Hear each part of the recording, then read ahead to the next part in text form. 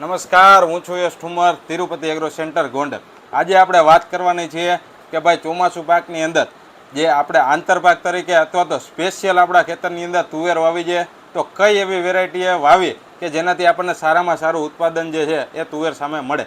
તો સૌપ્રથમ વાત કરીએ સર્ટિફાઈડ વેરાયટી એટલે કે યુનિવર્સિટી દ્વારા બહાર પાડવામાં આવેલી વેરાયટીની અંદર છે GJP1 કરીને વેરાયટી છે, ખૂબ સારા ઉતારા છે. તેમજ ત્યારબાદ જે એક BDN2 કરીને વેરાયટી આવે છે તેના પણ ખૂબ સારા ઉતારા જે છે એ ખેડૂત મિત્રો દ્વારા લેવામાં આવ્યા હતા. ત્યારબાદ રિસર્ચ વેરાયટીની અંદર વાત કરીએ, પાછલા વર્ષે ધૂમ મચાવતી વેરાયટી એટલે કે એવી 3 વેરાયટી છે આપણી વચ્ચે. સુમન એગ્રો સીડનું જે માલામાલ કરીને તુવેર આવે છે, ખેડૂત મિત્રો ક્યાંક ને ક્યાંક નામ સાંભળ્યું છે માલામાલ.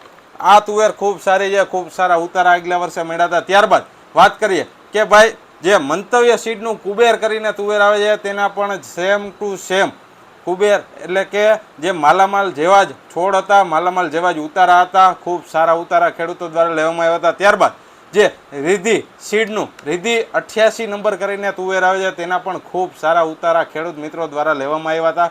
તો આ 4 અથવા તો 5 વેરાયટીની અંદરથી જો રિસર્ચ વાવ્યું હોય તો માલામાલ છે, કુબેર છે, રિધિ 88 છે, તેમજ કોઈ પણ સારી કંપનીની બીજી વેરાયટી વાવી દો, ખૂબ સારા રિઝલ્ટ મળશે. તેમજ જો સર્ટિફાઈડ વેરાયટીની અંદર વાવવું હોય તો GJP1 છે, BDN2 છે, આ 2 વેરાયટી સક્સેસ છે, તેનો પણ આપણે ટ્રાય કરી શકીએ છીએ. અન્ય કોઈ પણ માહિતી જોઈતી હોય માલામાલ વિશે, કુબેર વિશે, તેમજ રિધિ 88 વિશે, તો તે અમને અમારો સંપર્ક કરી શકે છે. અસ્તુ, જય હિન્દ, જય ભારત.